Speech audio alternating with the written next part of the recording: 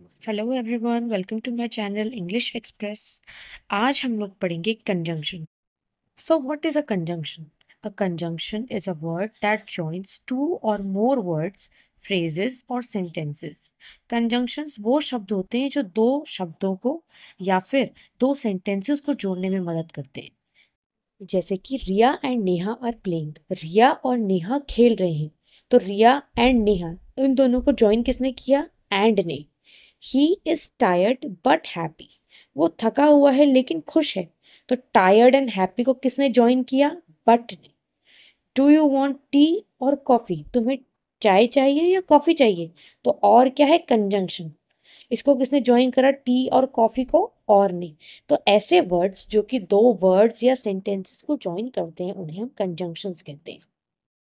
अब देखिए यहाँ पर कुछ कॉमन कंजंक्शंस है जो हम बार बार यूज करते हैं।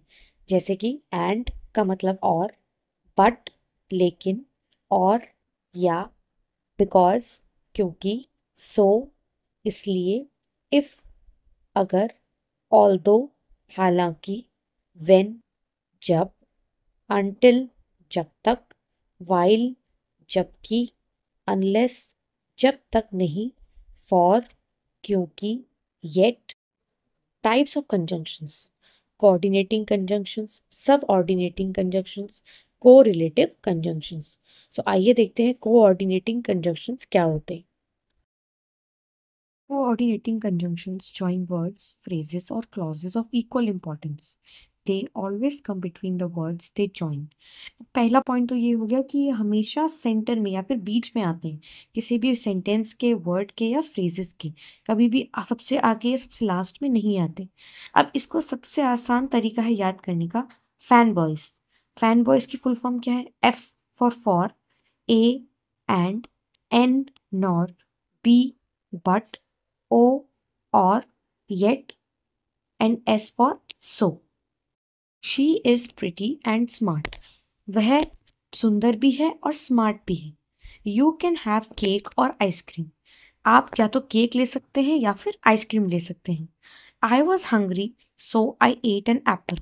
मुझे भूख लगी थी इसलिए मैंने एप्पल खा लिया। I was tired but I finished my homework. मैं थक चुका था लेकिन मैंने अपना होमवर्क कंप्लीट कर लिया। तो ये है coordinating conjunctions. Subordinating conjunctions join a dependent clause with an independent clause. देखिए, सबऑर्डिनेटिंग कंजंक्शंस वो होते हैं जो कि एक अधूरी बात को, डिपेंडेंट क्लॉज को एक पूरी बात यानी कि इंडिपेंडेंट क्लॉज से जोड़ते हैं। उनको बोलते हैं सबऑर्डिनेटिंग कंजंक्शंस। जैसे कि because it was raining we stayed indoors. हम घर पर रहे क्योंकि बारिश हो रही थी। अब इसमें इंडिपेंडेंट क्लॉज क्या है? हम घर पर रहे, वी स्टेड इंडोर्स, और डिपेंडेंट क्या है? It was raining. I will call you when I reach home. तो इंडिपेंडेंट क्लॉज क्या हो गया? आई विल कॉल यू, मैं तुम्हें फ़ोन करूँगा जब मैं घर पहुँच जाऊँगा।